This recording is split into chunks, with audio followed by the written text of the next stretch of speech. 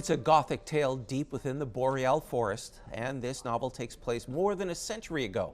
To tell us more, the author, Brit Griffin, now joins us from Cobalt. Hi there, Brit. Glad you could be with us. Thank you. Nice to be here. The book is called The Haunting of Modesto O'Brien. Tell our viewers a little bit more about it.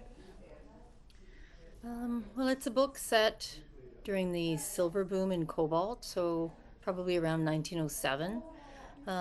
And it really is a book about sort of different versions of what it means to be haunted or haunting. So the main character is someone who experienced trauma, and he's come up from Butte, Montana, which was a copper mining town.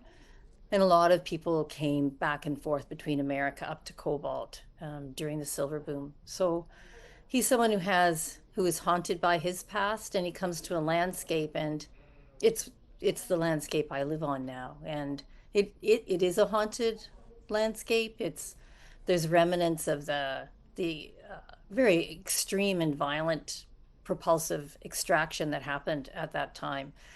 And so it's playing with a lot of those themes and a lot of the Gothic themes of, sort of a spooky landscape, of the natural and the supernatural sort of elements are very strong and at play in the story. But it's basically a story of him seeking revenge for this past trauma and then becoming entangled in other people's traumas and trying to find a way of sort of meeting his own need to be a better version of himself.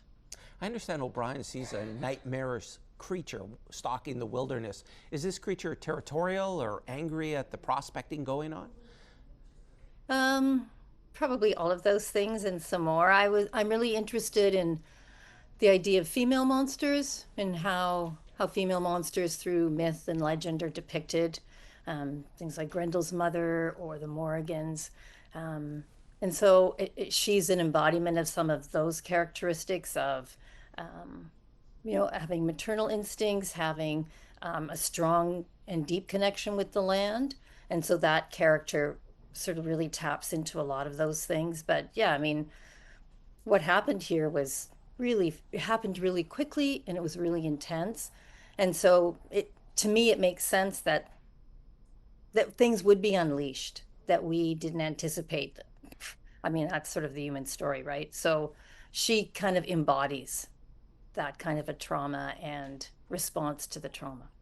Sounds like a real internal struggle. Thanks so much for your time, Brit, and continued success. Thank you very much. Thank you for having me. Brit Griffin was our guest, and to see more of our authors and our Northern Book Club, head to ctvnewsnorthernontario.ca.